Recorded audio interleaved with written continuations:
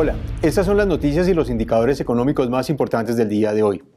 La inflación, el golpe más duro para los pobres y vulnerables. El DANE entregó las cifras de inflación para el mes de marzo que acaba de pasar.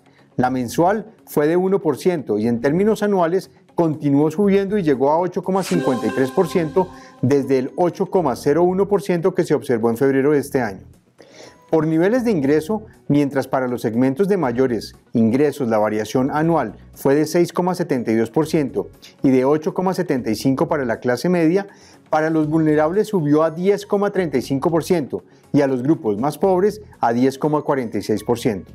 Los alimentos siguen impulsando la inflación, aumentaron 2,84% mensual y han subido 25,3% en términos anuales. Según un análisis de Scotiabank, seguramente marzo va a ser el pico de la inflación anual y de aquí en adelante se verá una convergencia lenta hacia la meta del Banco de la República, aunque no se espera que la inflación baje tanto durante el año, terminando alrededor de 6,3% durante 2022 y que converja a la meta del banco para 2023.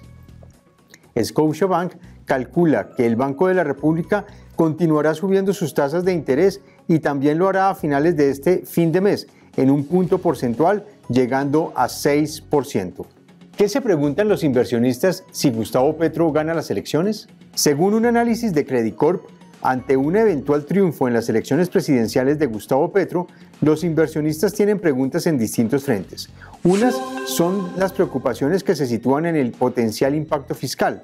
Los expertos detallan que el objetivo de Petro es hacer una reforma fiscal que produzca un 5% del PIB, es decir, cerca de 50 billones de pesos. El candidato también ha hablado de hacer cambios estructurales en el sistema de pensiones, lo que si bien suena equitativo y benéfico para los ciudadanos, no tiene una fuente clara de financiamiento y podría impactar el mercado de capitales. Otra de las preguntas que se están haciendo los inversionistas y empresarios es sobre el efecto de una eventual declaratoria de emergencia económica para enfrentar el hambre que trajo consigo la pandemia, según la propuesta del candidato. Esta declaratoria le permitiría legislar por decreto hasta por 90 días sin pasar por el Congreso. En noticias internacionales, continúan las expectativas sobre nuevas sanciones contra Rusia.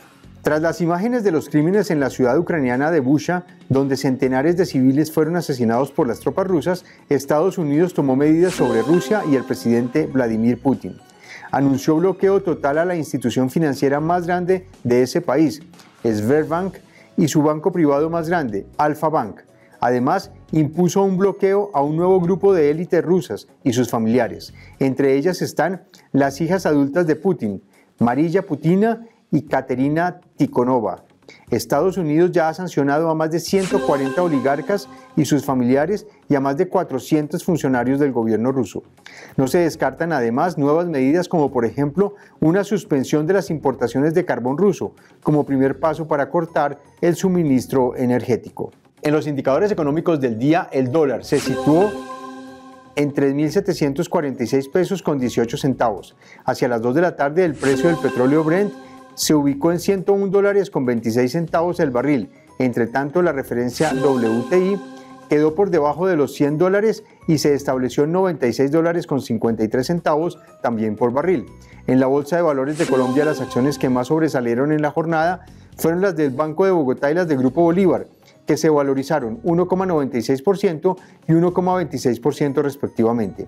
Mientras tanto, las acciones que cayeron en la misma jornada fueron las de la misma Bolsa de Valores de Colombia y las de mineros, que retrocedieron menos 2,08% y menos 1,84% respectivamente. En otras noticias, no frenan los delitos cibernéticos. Un informe de la compañía Norton de Symantec realizado en 23 países reveló que cada segundo 18 personas adultas son víctimas de alguna modalidad de delito informático en el mundo. Colombia no está ajena a este fenómeno y el informe sitúa al país en el top 10 de los países más atacados cibernéticamente, luego de que durante ese mismo periodo se registraran 11 millones de amenazas cibernéticas. Estas fueron las noticias y los indicadores económicos más importantes del día de hoy. Nos reencontramos mañana.